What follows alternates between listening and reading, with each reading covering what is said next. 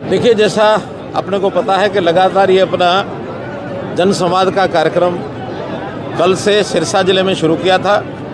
कल कालांवाली विधानसभा के कुछ गांव किए थे, आज डबवाली विधानसभा के गांव किए हैं। इसी प्रकार कल रानिया विधानसभा के भी गांव होंगे। 3 विधानसभाओं का ये मेरा कार्यक्रम पूरा होगा। हर जिले में 3-3 विधानसभा करते हुए मैं आगे बढ़ रहा हूँ। कल ये 4 जिले पूरे होंगे।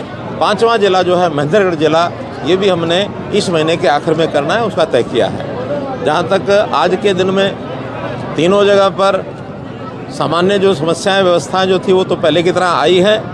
एक जो विषय ज़्यादा वो यहाँ नशे की बात को लेकर के बहुत ज़्यादा आया है और उसमें पुलिस अधिकारी अगर चाहें तो उसको ठीक से कंट्रोल कर सकते हैं। तो जो विचार किया तो पुलिस अधिकारियों का, क्योंकि हेडक्वार्टर सिरसा होने के कारण से जितना ध्यान इधर दिया जा सकता है उसमें शायद कोई कमी है। यहाँ की एक पुरानी मांग भी थी इस इलाके की, तो आज हमने सिरसा यानी डबवाली को नया पुलिस जिला, उसमें भी ख़ास तौर पर ये जो बॉर्डर के एरिया है जहाँ से नशे की चीज़ें स्मगलिंग होती हैं या नशे का व्यापार होता है, इसके ऊपर विशेष ध्यान रखने के लिए एक जो डबवाली पुलिस जिला, इसका निर्माण किया जाएगा और नशे के ऊपर कंट्रोल करने के लिए विशेष अभियान उनके द्वारा चलाया जाएगा।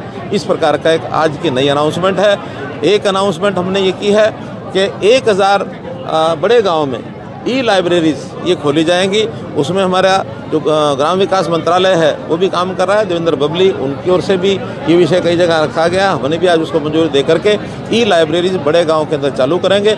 इसके बाद भी जहाँ जहाँ और डिमांड आएगी उस डिमांड के हिसाब से, क्योंकि शिक्षा में बच्चों की रुचि बढ़ने के कारण से ई-लाइब्रेरीज की उपयोगिता बहुत अच्छी हो गई है, तो उसका भी हमने पूरा करने के लिए संकल्प किया। मैं ऐसा मानता हूँ कि जो डी एडिक्शन सेंटर हैं, अभी 2 सरकारी डी एडिक्शन सेंटर है हमारे यहाँ सिरसा जिला में, बाकी प्राइवेट हैं 9 या 10। लेकिन प्राइवेट डी एडिक्शन सेंटर्स का जो प्रभाव और जो उसका उपयोग होना चाहिए उतना नहीं दिख रहा है, बल्कि कहीं कहीं तो जो छापे लगाए गए हैं उसका दुरुपयोग भी लोग कर रहे हैं। उस पर पूरा ध्यान रखा जाएगा और जो गलत काम कर रहे हैं उसको डी रजिस्टर करके उसका रजिस्ट्रेशन को कैंसिल किया जाएगा। और ऐसे जो डी एडिक्शन सेंटर्स हैं, सामाजिक दृष्टि से जो प्रमुख लोग हैं या धार्मिक भी स्थानों से उनके ऊपर नज़र रखने के लिए कुछ लोगों ने अपने आप को ऑफ़र किया है कि आप हमें बताइए, हम उन स्थानों पर जा कर के लोगों को समझाएंगे, लोगों को जागरूक करेंगे, अवेयरनेस लाएंगे और जहाँ गलत काम करने वाले लोग हैं उनके बारे में भी बताएंगे। तो ऐसे समाज का यानी भागीदारी ये करना आवश्यक है, उसके लिए हम काम करेंगे और नए डी एडिक्शन सेंटर सरकारी तौर पर और खोलने की भी हम योजना बनाएंगे। डबवाली में जो हमारी अनाज मंडी है, इस अनाज मंडी के पास HSVP का एक बड़ा ज़मीन का टुकड़ा लगभग 7 एकड़ का वहाँ उपलब्ध था।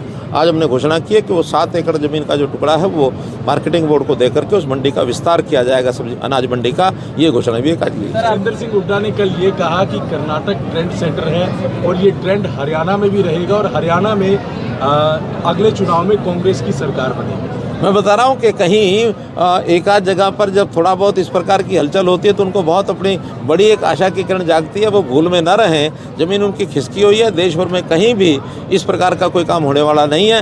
हाँ, चूँकि कर्नाटक एक प्रदेश ऐसा है, साउथ इंडिया में हमारा भी प्रवेश नया प्रवेश है, इसलिए वहाँ लगातार आपस में एक चल रहा है, कभी वो आएंगे कभी हम आएंगे। लेकिन एक डेमोक्रेटिक सिस्टम में मेरा तो इतना ही कहना है कि जनता का जो वर्डिक्ट है उसका हम उसको सम्मान करते हैं।